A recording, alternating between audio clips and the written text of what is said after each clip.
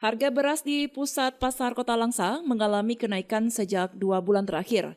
Kenaikan tersebut berkisar Rp20.000 dari yang awalnya Rp180.000 per 15 kg, sekarang menjadi Rp203.000 per 15 kilogramnya. Hal serupa juga terjadi pada berbagai macam komoditi termasuk cabai merah. Dari yang biasanya Rp36.000 kini menjadi Rp50.000 per kilogram. Cabai kecil dari Rp28.000 kini menjadi Rp36.000. Kentang dari Rp10.000 kini menjadi Rp14.000. Wortel dari Rp8.000 kini menjadi Rp14.000.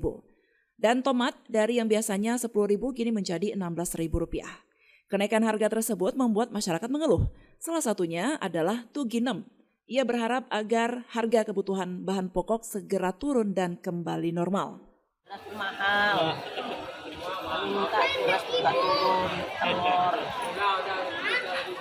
gula, kayak semua mahal. Iya ya.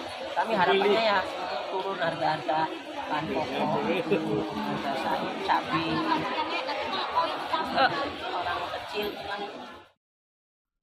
Salah seorang distributor beras, Fadil, mengatakan kenaikan harga beras telah terjadi secara bertahap sejak 2 bulan terakhir. Menurutnya, kenaikan harga beras ini terjadi karena beberapa petani mengalami gagal panen. Dan hal tersebut membuat ketersediaan stok untuk masyarakat juga mulai terbatas.